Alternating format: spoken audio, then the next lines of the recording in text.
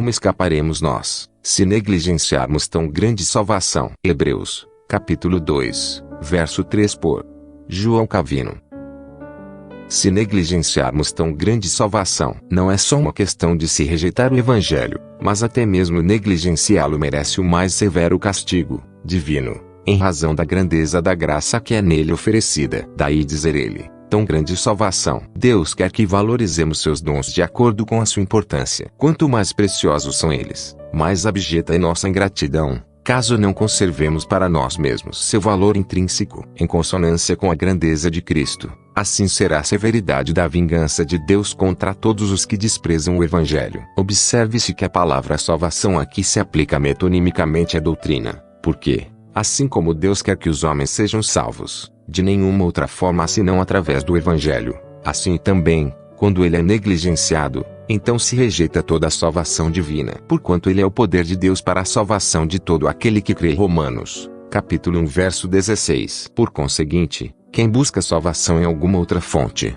busca encontrá-la em outro poder que não é o de Deus. Tal atitude não passa de uma demonstração da mais completa loucura. Mas tal louvor tem o poder não só de enaltecer o Evangelho, mas contém igualmente o admirável apoio para nossa fé, porquanto testifica que a palavra de forma alguma é vazia, senão que contém em si a garantia de nossa salvação e tão grande. Observe o Dr. Owen, esta salvação, que é o livramento de Satanás, do pecado e do pecado eterno e da morte eterna.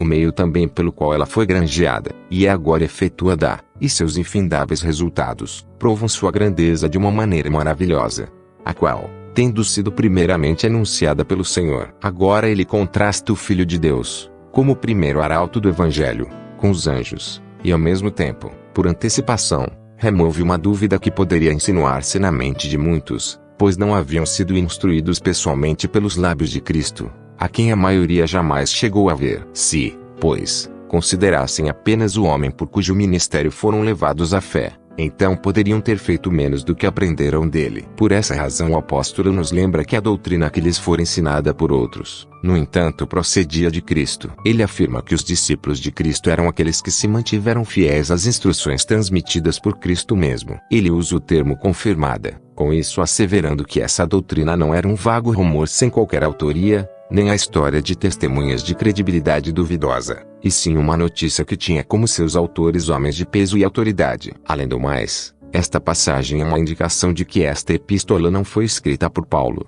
pois em geral ele não falava tão humildemente de si próprio a ponto de confessar que era um dos discípulos dos apóstolos. Não falava assim movido por ambição, mas porque os perversos, sob pretexto desse gênero, tentavam prejudicar a autoridade de sua doutrina. Parece evidente, pois, que não foi Paulo quem escreveu que recebeu o Evangelho por ouvir, e não por meio de revelação. Como escaparemos nós, se negligenciarmos tão grande salvação? Hebreus, capítulo 2, verso 3 por João Calvino.